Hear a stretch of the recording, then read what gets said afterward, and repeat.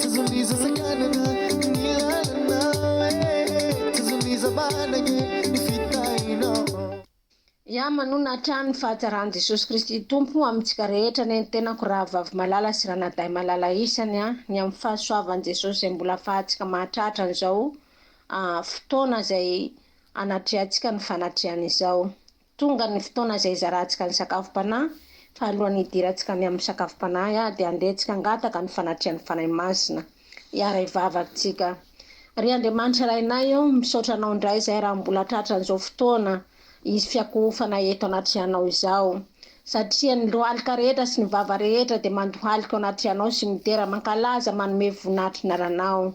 Misaotra tompo fa natokanao izahay rehetra ireto hahatratra an'izao fotoana izao dia mba handrenesana ny teny avy aminao izany.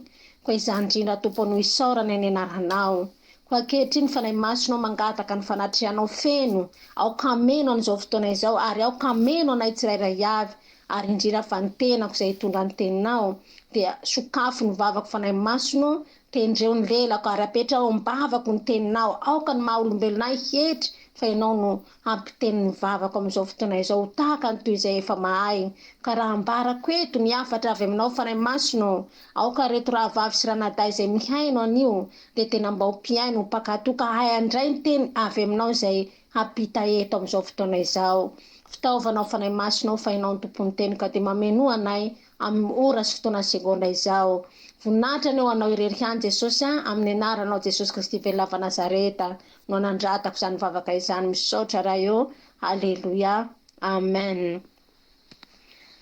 Tonga ny fotoana ifampizarantsika ny sakafom-panahy dia ny temantsika moa amin'ity volana marsa ity dia ny hoe fandresena ary ho amin'izany tokoa itsika fa alohany hidirantsika ny amin'izay zany hiamelabelarantsika ny atao hoe fandresena dia andehantsika hijery ny ten'Andriamanitra ato amin'ny salamo fa 430 vakina 120 ka miafara 120. Salamo fa 430 vakina 120 azafady ka miafara 120 izay mivaky toy izao amin'ny anaran'i Jesosy manao hoe avy anaka mianoa ny fatahorana an Jehova no hampianariko anareo. Na iza ianao no maniry fiainana ka tia andro maro hahitana ny soa dia rovo ny lelanao amin'ny ratsy ary ny molotrao mba tsy hiteny fitaka. Halaviro ny ratsy ka manaova soa. Mitadiava fihavanana ka rao izany. Ny mason'i Jehova dia mitsinjo ny marina ary ny sofiny miaino ny fitarainany. Ny tavan'i Jehova tesitra amin'ny mpanao ratsy.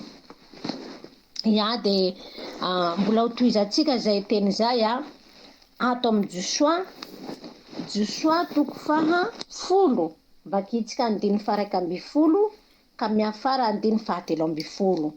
Joshua 10 vakitsika 112 ka miafara 117 izay mivaky toy izao amin'ny anaran'i Jesosy manao hoe ary noho nandositra teo anoloan'i Israely teo ampidinan'ny Bet-Herona izy Jehova dia nandatsaka havandra-vaventy tamin'ny avy tany an-danitra hatrany ezeka ka nahafaty azy ary be lavitra ny maty ny havandra noho izay vonon'ny zanak'Israely tamin'ny sabatra. Ary tamin'izany Joshua dia niteny tamin'i Jehova tamin'ny andro nanoloran'i Jehova any Amorita teo alohan'ny zanak'Israely ka nanao teo imason'ny zanak'Israely hoe ry masoandro mijanona eo ambony Zibeona ary ianao kosa ry volana any andohasany ailona dia mijanona dia mijanona ny masoandro ary mijanona koa ny volana mandra-pahamaly ny olona ny fahavalony. Tsy efa voasoratra ao amin'ny bokin'ny Jasara va izany? Halleluia. Amen. Izay ry raha visy ranaday malala isany ny tenin'Andriamanitra izay sakafom-panahintsika androany. Hoy aho tery ambony tery hoe ny temantsika amin'ity volana marsa ity dia hoe ny fandresena. Ary iarahantsika malala fa ny olona rehetra dia tena hoe tiany izany hoe mandresy izany ary tsy misy olona mankahalany hoe handresy fa raha ny firarian'olona tsirairay avy amin'ny ady izay hatrehany eo amin'ny fiainany dia ho mpandresy avokoa. Na ny jentilisa na itsika zay zanak'Andriamanitra de ny faniritsika rehetra tsy misy zany olona hoe maniry ho resy ny amin'ny fiainana ho resy amin'ny ady fa ny tanjona de raha ihany de ny hoe handresy amin'ny ady ho tafavoaka amin'ny ady kanefa izao ny ten'Andriamanitra zay mazava tsara ny lalana izorana ka hatongavany amin'ny fandresena de izao voalohany hoe aty amin'ny salamo zay efa nivakitsika teo hoe avy anaka miaino ahy fa ny fatahorana an Jehova no hampianariko anareo fa na iza maniry fiainana ka ty andro maro ahitana ny soa de arovony lelanao amin'ny ratsy ary ny molotrao mba tsy hiteny fitaka zany hoe raha itsika zanak'Andriamanitra maniry tsika tena hoe hahatanteraka izany fandresena zany amin'ny fiainantsika de inona no tokony ataotsika de tsotra ihany ny valiny ny hatongavatsika mipoe amin'ny fandresena de ny fatahorana an'Andriamanitra io raha vavy malala sy ranaday malala no lakile voalohany indrindra ahafahantsika miditra ny amin'ny fandresena de ny fatahorana an'Andriamanitra ina moa natao hoe fatahorana an'Andriamanitra ny atao hoe fatahorana an'Andriamanitra de ny fakatoavana ny teniny mba tsy hanao ratsy fakatoavana ny teniny mba tsy hanao ratsy satria i Jesosy de mampianatra antsika andro manalina hoe aoka tsy hanantsiny eo anoloako ianao hoe mandehana mahitsy eo anoloako mandrakariva aoka tsy hanantsiny amin'ny androm-piainanao rehetra zany hoe Jesosy zany de mampianatra antsika mba tsy hanao ratsy tsika mba tsy hanota tsika hanina fofeny tahotra sovotra azy eto de ny voatanisany tokoa eto hoe andiny fa 3 amin'ny salamo fa 4:30 de hoy izy eto hoe na iza ianao no maniry fiainana ka ty andro maro ahitana ny soa de arovony lelanao ny amin'ny ratsy ary ny molotrao mba tsy hiteny fitaka ka halaviro ny ratsy ka manaova soa mitadiava fihavanana karao izany fa ny masony Jehova de mitsinjo ny marina izay ny zavatra takin'Andriamanitra amiko sy aminao amintsika rehetra zay maheno ny ten'Andriamanitra raha te handresy raha te haomby de miala ny amin'ny fanaovan-dratsy makatoa an'Andriamanitra manana fofeny tahotra sovotra an'Andriamanitra ny amin'ny zavatra rehetra izay ihany no lalana ahafahantsika tonga ny amin'ny fandresena eny mety maro no manam-pahaizana hoe ohatra zao hoe mamboatra zavatra mba hatongavany amin'ny fandresena manao zavatra maro satria zao fotoana fandrosoana de betsaka ny zavatra atao mba ho tonga ny amin'ny fandresena raha ohatra amin'ny ady de hoe mamboatra fiadina raha amin'ny ady de mamboatra fiadina mamboatra basy mamboatra lefona fa hoe rehefa manana ny reto fiadina reto ao de handresy ny fahavaloko de mamboatra fiadina mahery vaika raha ady de raha amin'ny fiainana koa izy de hoe hanao an'izao sy zao aho hanao an'tisy ty aho mba hahatonga ny fiainako hoe handresy amin'ny fiainana aho mba ho tonga ny amin'ny arriveko aho de zao no ataoko tisy ty no ataoko ena maha olombelona fisainantsika maha olombelona de kena fa tsy mety zany ihany no ataotsika hoe mitady vahaolana etseroa mba hatongavatsika amin'ny fandresena kanefa eto ny ten'Andriamanitra de milaza hoe ny fatahorana an Jehova no lalana ahafahantsika mivoaka ny amin'ny fandresena de hoy izy eto hoe ary ny sofiny hoy izy mihay ny fitaraina ny fanitavan'i Jehova tezitra amin'izay mpanao ratsy ny sofin'Andriamanitra de mihaino amin'izay olona matahotra azy ka mitaraina aminy de zay olona izay de henoiny Jehova ny fivavaky ny henoiny Jehova ny fitarainany fa Jehova kosa hoy izy de atezitra ny amin'ny mpanao ratsy hitantsika fa misy zavatra anankiroa eto misy ny mandeha amin'ny fahamarinana de misy ny mpanao ratsy mpanao meloka ka zay mandeha amin'ny marina ihany no mibata izany hoe fandresena izany raha ta handresy de mijoro amin'ny fahamarinana mandeha amin'ny fakatoavana an'Andriamanitra ny fatahorana an'Andriamanitra de fakatoavana ny teniny satria betsaka ny zavatra voalaza ny ten'Andriamanitra tsy tokony ataotsika mba hahafahantsika hahita ny tavany satria itsika maha olombelona atsika na mitady vahaolana maha olombelona atsika de tsy ho tafavoakany amin'ny fiainana zany tsika eny mety hatafavoaky tsika hoe mandresy ny fahavalitsika kanefa avy eo de manapetra ihany fa ny matahotra an'Andriamanitra dia tena hoe Andriamanitra mihitsy ro miady. Zay hitantsika ato amin'ny Josoa zay nivakitsika teo, raha niady tamin'ny Israely ny Amonita tamin'izany fotoana izany, dia tena hoe hitantsika Josoa fa iarahantsika malala ny tantaran'ny Josoa fa olona takaiky ny Mosesy Josoa, zany hoe mpanampy Mosesy zany Josoa, irakiraky ny Mosesy tamin'ny fotoan'andro zay nitondrany Mosesy any zanak'Israely nivoaka avy tany Ezipta, dia i Josoa ny takaikiny indrindra teo akaikiny. Ninona zavatra nataony Mosesy dia i Josoa voalohany mahalala ny zavatra ataony Mosesy, na dia eo Arona zay niaraka tamin'ny Mosesy hoe nitondra ny zanak'Israely nivoaka avy tany Egipta. I Josoa dia tena nahita ny sekren'ny Mosesy, hany ka rehefa ny maty Mosesy dia i Josoa ro ny fidin'Andriamanitra nitondra ny zanak'Israely ho any amin'ny tany Kanana. Iarahantsika malala zany tantaran'ny Josoa zany fa abetsaka reo zanak'Israely reo ary nananjanaka koa i Arona, fa tsy ireo nitendren'Andriamanitra hitondra ny zanak'Israely hipita ny Jordana ka ho tany Kanana, fa i Josoa, satria i Josoa dia tena hoe niankaiky ny Mosesy, tanakavanan'ny Mosesy, ka nahafantatra ny zava-panahy tao anatin'ny Mosesy, ka hany ny fanahy tao anatin'ny Mosesy nifindra tamin'ny Josoa, nahery Josoa,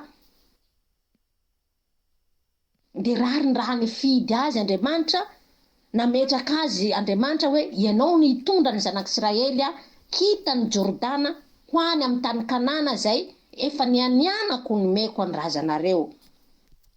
Eny am-pandehanana amin'izay zany Josoa dia nisy nanafika tokoa, dia hitantsika fa nisy reto mpanjakany Amonita sy Kananita reto nanafika ny Josoa, dia teto amin'izay zany Josoa nahitany ny bata fandresena, satria Andriamanitra mihitsy ro nampandresy azy. Inona moa ny antony nahatonga ny Josoa nandresy? Satria Josoa nankatoa an'Andriamanitra, nandeha mahitsy teo an'Andriamanitra, dia nihay ny feon'ny Josoa Andriamanitra tamin'ny fotoana io.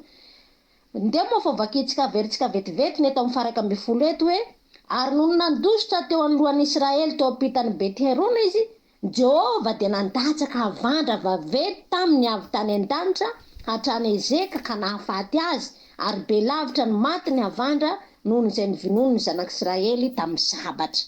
Haleloya! Hitantsika amin'izany fa tena hoe araka ny ten'Andriamanitra ary amin'ny salamo ary hoe ny sofiny Jehova dia mihay ny fitarainany zay mahitsy, zay marina. Hoe ny sofiny Jehova dia mihay ny fitarainany zay olo marina sy mahitsy, fa tezitra ny amin'ny mpanao meloka.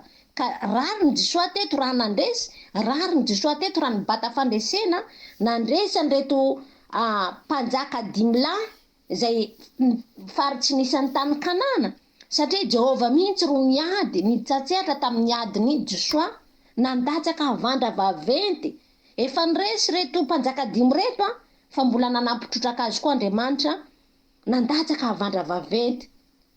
Nefa raha fijeritsika maha olombelona dia tokony hoe samby olombelona namboarin'Andriamanitra zao daholy, na i Josoa na ireto mpanjaka 5 niady tamin'ny Josoa reto, niady tamin'ny zanak'Israely reto, samby namboarin'Andriamanitra daholy reo, olo noforon'Andriamanitra daholy reo, ary fofonain'Andriamanitra no ao anatin'ireo olona ireo ahafahany miaina. Fa eto ny fanontaniana mipetraka hoe fa naninona ary reto mpanjaka 5 reto no nitezeran'Andriamanitra, ka naninona ary Josoa no nomban'Andriamanitra? Dia tsotra ny valiny fa i Josoa nandeha mahitsy teo anaty an'Andriamanitra, fa ireto mpanjaka 5 zay niady tamin'ny zanak'Israely reto dia mpanompo sampy daholy, mpanompo sampy, tsy nahalala n'Andriamanitra reto firenena 5 reto, tsy nahalala n'Andriamanitra, tsy nandeha mahitsy teo anaty an'Andriamanitra. Iarahantsika malala ary raha vavy malala sy raha nadahy malala fa Andriamanitra antsika tsy manavakavaka, ary ny olombelona rehetra ety amin'izao tontolo izao ty dia namboariny, fofonaina avy any ny ainan'olombelona, zanak'olombelona ety ambany masoandro. Ka ahoana moa Andriamanitra no hanavakavaka hoe i Josoa ihany nombany fa ireto tsy nombany? Ny antony valiny dia zao, tsy nankatoan'Andriamanitra reto firenena 5 reto, fa i Josoa nankatoan'Andriamanitra andro aman'alina, ka hany ka nihay ny fitarainan'i Josoa Andriamanitra. Dia mbola hidina ihany tsika ety ambanimbany fa mbola tsy vitany hoe Andriamanitra hoe nandatsaka havandra vaventy tam'reto firenena reto fa mbola niteny koa Jisoa teto hoy Jisoa teto nanao hoe 12 eto ary tamin'izany Jisoa de niteny tamin'i Jehova tamin'ny andro nanolorany Jehova ny Amorita teo androany zanak'Israely ka nanao teo imason'ny zanak'Israely hoe ry masoandro mijanona eo ambony Gibeona ary ianao kosa ry volana any andohasany Ailona de nijanona ny masoandro ary nijanona koa ny volana. Hitatsika amin'izany fa fandresena mihezinezina ary tsy vitan'ny fandresena mihezinezina fa miaraka mirakla tanatin'le fandresena nataon'ny Jisoa fa niteny Jisoa ny baiko ny masoandro ny baiko ny volana de nijanona ny masoandro sy ny volana. Halleluja. Inona no antony nahatonga ny Jisoa ny baiko ny volana sy ny masoandro? Noho ny fakatoavany an'Andriamanitra, noho ny fandehanany mahitsy teo anatin'Andriamanitra, de na Jisoa niteny ny baiko ny masoandro sy ny volana de nijanona io masoandro sy ny volana io nandritra ny andro raiky tontolo nandritra hoy izy ny ten'Andriamanitra ery ambany ery raha toizantsika ery ambany ery ny vaky ny teny. Nandra-paharinga ny Jisoa reo fahavalony reo de nijanona teo ny masoandro tsy nilentika. Mba hitantsika amin'izany moa ny tena hoe hatsarany zany hoe makatoa an'Andriamanitra zany ny valim-pitia azo amin'olo anankiray matahotra an'Andriamanitra mandeha mahitsy eo anatrehan'Andriamanitra fa de tena hoe fandresena goavana mihezinezina. Ary tsika mamaky ny Baiboly any amin'ny Genesis ka hatramin'ny Apokalipsy tsy nisy mpanompon'Andriamanitra tahaka ny Jisoa zay niteny tamin'ny masoandro nanao hoe ry masoandro mijanona ry volana mijanona fa i Jisoa irerikiany no niteny ny baiko any masoandro io. Betsaka ny mpanompon'Andriamanitra zay aniezinezina tato anatin'ny Baiboly ty ato. Ao ry mpanompon'Andriamanitra Davida zay tena nahaloa bava an'Andriamanitra niteny nanao hoe nahita olona araka ny foko haitsika tsara i Davida fa namona ny Goliata, nandava ny Goliata. Mbo firy tao Davida tamin'izany fotoana zany hoe 17 ans fa niady tamin'ny Goliata. Tao koa i Mosesy. I Mosesy de namoaka ny zanak'Israely avy tany Ezipta, nahita ny voninahitrin'Andriamanitra fa nampisaraka rano nataon'i Mosesy, ranomasina mena no nampisarahany Mosesy tamin'ny tena. Fa i Jisoa teto de tena hoe nibaiko ny volana binaiko ny mihitsy lay volana hoe ry masoandro mijanona, ry volana mijanona. Tahaka izany raha vavy malala sy ranadahy malala isany ny olona zay hoe mitoetra ampahamarinana eo anatrehan'Andriamanitra mankatony ten'Andriamanitra de tena hoe anehony ny heriny sy ny voninahiny. Ery ambony ety ambony 112 ato amin'ny Jisoa ty ato hoe Andriamanitra ro nandatsaka havandra. Ery ambony miakatra ambony ery vetivety sika ame 112 eo de hoy ny ten'Andriamanitra eto hoe Jehova mihitsy dia nandatsaka havandra vaventy tamin'ny avy tany an-danitra hatrany ezeka ka nahafaty azy. Zany hoe rehefa niresin'ireo zanak'Israely reo ry zareo de mbola nanampitrotraka Andriamanitra nandatsaka havandra vaventy de mbola nibaiko ihany koa Jisoa ety ambany 12 nibaiko ny volana sy masoandro. Tena hoe fandresena mihezinezina, mirakla mihezinezina fa tena hoe zany mihitsy no ny tombotsoan'olona izay matahotra an'Andriamanitra mandeha mahitsy eo anatrehan'Andriamanitra, zay ny tombotsoa azo. Tahandresy ianao, tahandresy tsika tsirairay avy. Raha tiatsika ary ny handresy voaka mpandresy de zao mandehana mahitsy eo anatrehan'Andriamanitra, manaova ny marina eo anatrehan'Andriamanitra fa izay ihany no lakile ahafahantsika mandresy ny amin'ny aditsika rehetra. Nini nady atrehatsika na karazanady hoe manao ahoana no atrehatsika amin'ny fiainatsika, na tsy hisina na aretina na fahavalo, nini karazana hoe ady atrehatsika de tiatsika ho resetsika de zavatra tokana ihany no ahafahantsika mandresy de ny fakatoavana an'Andriamanitra, ny fakatoavana ny teny, miala amin'ny fanao ratsy, miray aminy, mifandray aminy matotra, mifanerasera aminy, fa tsy hoe matahotra azy ihany koa de hoe tsy manao ratsy de manalavitra azy, no tsy hafanany jentilisa koa de misy ihany koa ny tsara fanahy misy ihany koa ny matahotra an'Andriamanitra tsy manao ratsy kanefa tsy mahalala mifandray aminy fa mila mifandray aminy, mila mifanerasera aminy. Hitantsika teto Josoa fa de tena hoe nifampiresaka amin'Andriamanitra andro aman'alina tahaka nataony Mosesy de nanehon'Andriamanitra ny vonahany. Hitantsika koa Josoa fa olona takavana teo atanakavanan'ny Mosesy tamin'ny fotoan'andron'ny Mosesy ka hany ka mahafantatra zava-panahy, mahafantatra secret Josoa. De tena hoe nisy finoana tao anatiny satria efa nahita ny fahalebiazan'Andriamanitra fony izy niala avy tany Ezipta, efa nahita ranomasina mena ny sokatra. Izay nahatonga ny Josoa raha nirahina ny safitany izy de tena hoe niteny zavatra soa, niteny zavatra tsara fa tsy nanao teny hoe nahakivy ny zanak'Israely fa nanao teny hoe nampahery ny zanak'Israely mba handroso iady, fa tsy hoe nanao teny hampihemitra ny zanak'Israely fa nanao teny izy hampahery ny zanak'Israely hoe ndaotsika fa resitsika reo na dia avo ranjanana, resitsika reo fa efa natolotry ny Jehova ampilatanatsika reo de andaotsika fa efa Jehova efa nianina fa hoe itsika no andovan'ny tany Kanana. Ny toe-ponananan'ny Josoa tam'izany satria efa nahafantatra ny fahalebiazan'Andriamanitra izy fony niaraka tamin'ny Mosesy ka hany ka tsy natahotra. Izay nahatonga an'Andriamanitra nifidy an'i Josoa fa betsaka ireo zanak'Israely reo tamin'ny fotoanany fa tsy nifidiny fa i Josoa nifidiny satria nihita ny toe-pon'i Josoa natoky an'Andriamanitra izy, nanampinoana izy sady natoky izy nandeha mahitsy teo anaty an'Andriamanitra. Finoana nge zany itenena ny baikony masoandro hoe ry masoandro mijanona aza milentika ianao. Nanampinoana izy satria fatany fa momba azy Andriamanitra de tena hoe nanampinoana izy de tena hoe nanivolana nany masoandro ny baikony de mijanona satria fatatry ny tsara satria Andriamanitra momba azy de tsy nisalasala izy avy atragno de nanapatra ny fahefany. Hitantsika am'izany ny toe-pony Josoa. Ankehitriny raha vavy malala sy ranadahy malala izay Josoa zay voatantara atao amin'ny baiboly ty de fa tsy eo tsony fa izy agny Josoa ankehitriny, zao sy anao ny Josoa ankehitriny, itsika reto ny Josoa ankehitriny. Aoka tsika ho tahaka ny toe-pony Josoa izay nahatoky nanampinoana mahery vaika. I Davida nanampinoana fa tsy nitahaka ny Josoa hoe nahatra amin'ny masoandro ny bakoiny de nijanona. Fa hitantsika fa niavaka kely Josoa teto. Davida lehilahy nahery, lehilahy mpiady ary Josoa koa lehilahy mpiady matoa izy nandrava ny Jeriko, nandrava ny tanànany Ai.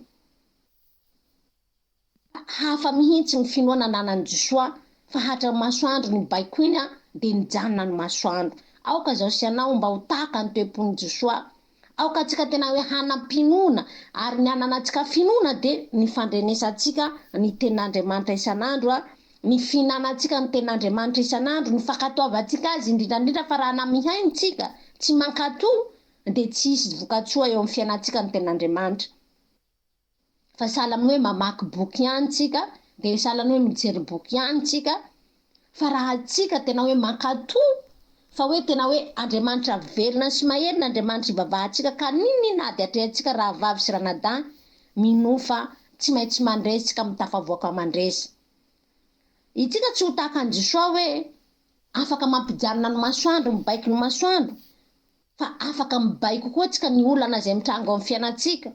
Afaka mibaiko tsika ny aretina hoe sitranao, tsy maintsy sitranao. Afaka mibaiko tsika ny olana zay mitranga amin'ny fiainatsika hoe tsy maintsy mandresy aho.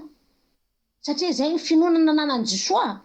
Tsy nijanona fotsiny izy hoe Andriamanitra nefa nanampy aka fa nandatsaka avandra nandresan'reto fahavaloko reto ka ijanona am'izao fa mandresy fa mbola nanampy izy de nasehony mihitsy le fahefana hoe ry volana ry masoandro mijanona de nijanona nandrisandray andro ny volana sy ny masoandro. Tena mirakila mihezinezina zany. Ka ninina ady atrehantsika amin'ny fiainatsika na zao sy anao io de afaka mibaiko tsika, afaka manao manapatra fahefana tsika satria zao sy anao efa nomeny Jesosy fahefana araka ny teniny voalazany any amin'ny Luka 10:26 hoe iny rehefa nomeko anareo ny fahefana anitsaka ny menarana sy ny maimboka ka andresiny rehetra zay nanany fahavalo ka tsy hampaninina anareo izany de tanteraka ato tokoa zany tenin'i Jesosy zany a tanteraka tamin'ny Josoa tato. Fa voalohany indrindra ahafahantsika ho tonga amin'ny fandresena de ny fakatoavantsika azy izay aloha ny lalana voalohany hoe ny fakatoavantsika ny teniny makatoatsika mialatsika ny amin'ny ratsy fanao mandeha amin'ny fahamarinana na amin'ny fiteny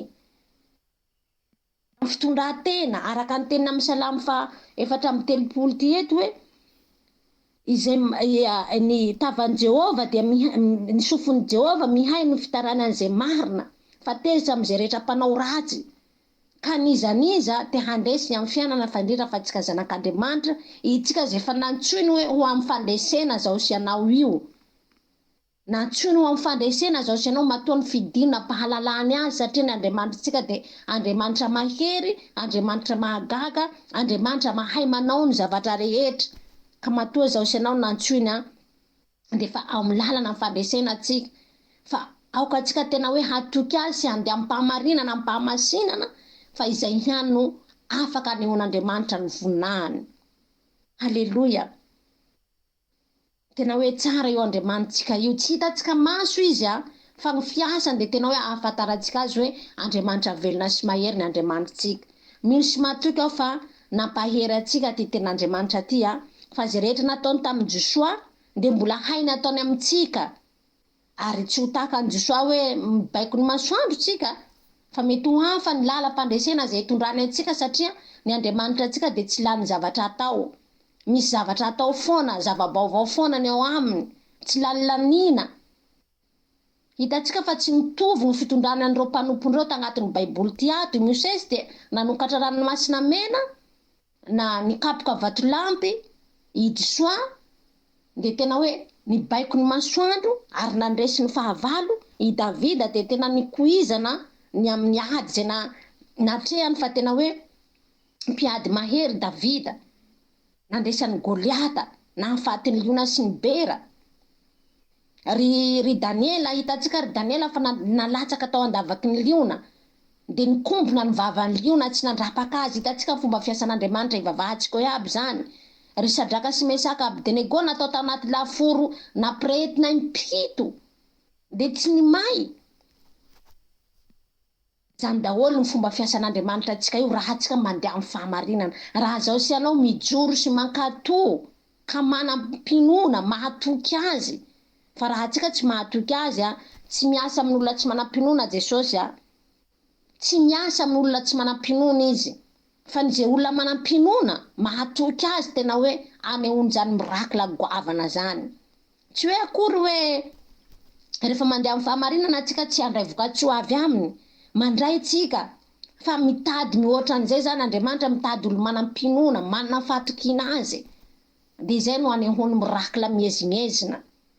Kaoka zao sy anao mba tena hoe hanam-pinoana atsika hanana fahatokina azy sady handeha amin'ny fahitsina fa ny fakatoavana azy ihany ho iaho no ahafahantsika mandresy ninina olana ninina zavatra atrehtsika ninina na amin'inona na amin'ny asa na amin'ny aretina na amin'ny fiarahamonina na eo anivon'ny mpampiasa na eo anivon'ny fianakaviana de zao ny fakatoavana azy ihany satria rehefa voanao mandeha amin'ny fahamarinana mandeha amin'ny fahamasinana rehefa miantso ny anarany ianao de henony na mbola tsy mitaraina ary ianao fa hita ny ady zay atrehanao de tonga izy mamonjy anao rehefa atsika mijoro amin'ny fahamarinana. De ny amaranako azy mijoro atrantsika ny amin'ny fahamarinana fa ny sofin'Andriamanitra zay vavahantsika io tsy lalin-dalovana fa mahare fa ny fahotantsika no matetika efitra mampisaraka atsika aminy ka mahatonga atsika hoe tsy mandresy ny amin'ny fahavalo fa rehefa atsika mijoro mankatò hitanao fa tena hoe hivoaka amin'ny mpandresy amin'ny fandresena mezinezina zao sy anao. Haleloia. De zay ny ten'Andriamanitra vatsy-panahy sakafo-panahy ho atsika androany fa mino sy matoky aho na dia fohy ny ten'Andriamanitra zay noentina teto matoky sy mino mihitsy aho fa tena hoe mahery anao raha toa ka ketraketraka ny finoanao raha toa ka mitady ho kivy sy ho ketraka amin'ny ady rehetra zay atrehanao de minao fa zay ten'Andriamanitra zay mampitraka anao ndray androany mampijoro anao ndray androany ka de hoy aho eto amin'ny famaranako ny teny hoe mandehana amin'ny fatahoran'Andriamanitra miorena amin'ny fakatoavana an'Andriamanitra fa izay ihany no lalana afahantsika mandresy tsisy afatsy izay na manam-pahaizana ohatra ny ahoana zao sy anao tsy misy lalana mety mandresy fa misy fetry fa ny miaraka amin'Andriamanitra ny fakatoavana an'Andriamanitra de tena hoe mandresy mandrakizay. Haleluya, amen. De misaotra antsika rehetra nahatra ny haino hatramin'ny farany ny amin'ny tenin'Andriamanitra zay napiteto fiadanana ny ho antsika tsirairay avy de ho voninahitra ho an'Andriamanitra irery ihany zay tompony teny fa fitaovana ihany aho fa izy ny tompony teny ka de averina amin'ny irery ihany ny voninahitra. Andetsika hisaotra ny tenin'Andriamanitra. Haleluya. Ry Andriamanitra rainay misaotra anao zahay ny amin'ny teninao zay nampitondranao ka napita tamin'ny reto mpanomponao reto. Ny tenako de anisan'izany no mandray voalohany de voazay reto rahalahy sy rahavavy zay miheno teninao ireto. Misaotra Tompo fa mampatsiahy anay sy mampitraka anay hatrany ianao satria indraindray zay de mitady hitanondrika ny amin'ny olana rehetra zay atrehanay amin'ny fiainanay, mitady anadino kanefa ianao ety mampahafantatra anay fa ny mandeha amin'ny fahamarinana no mahita ny voninahitra ao.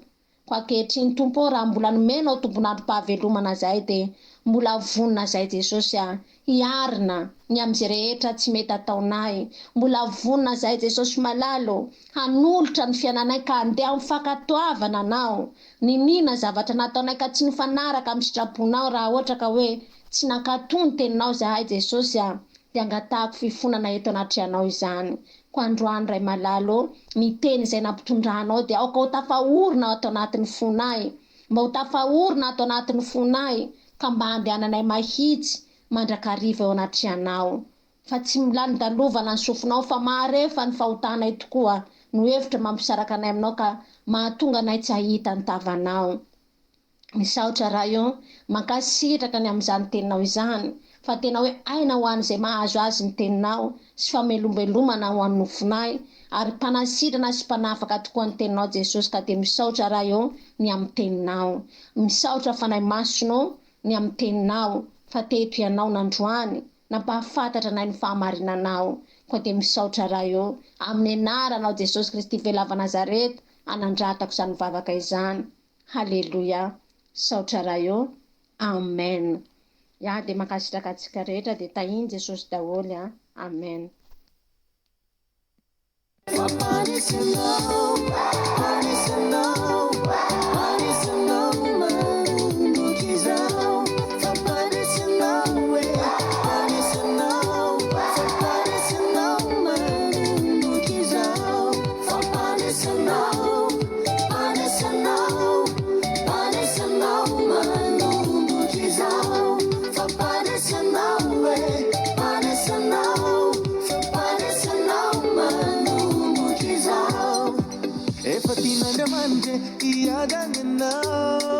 Efa tin'Andriamanitra usambatra anao, efa tin'Andriamanitra ulafatra anao, efa tin'Andriamanitra hiakatra anao, efa tin'Andriamanitra hiakatra anao, efa tin'Andriamanitra usambatra anao, efa tin'Andriamanitra ulafatra anao, efa tin'Andriamanitra hiakatra anao.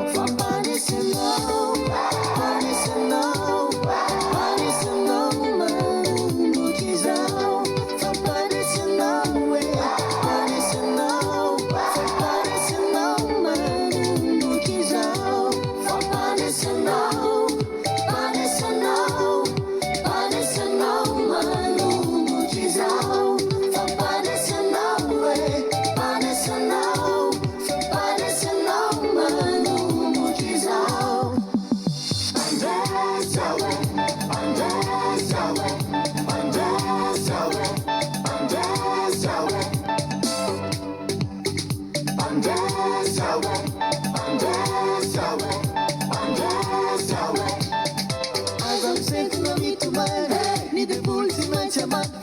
ila manaraka anao hatrany fanesena tsy mety ilany aza misentina mitomany ny debolo sy maintsy amany fitahila manaraka anao hatrany fanesena tsy mety ilany fampanesanao panesanao panesanao manomboky zao fampanesanao panesanao fampanesanao manomboky zao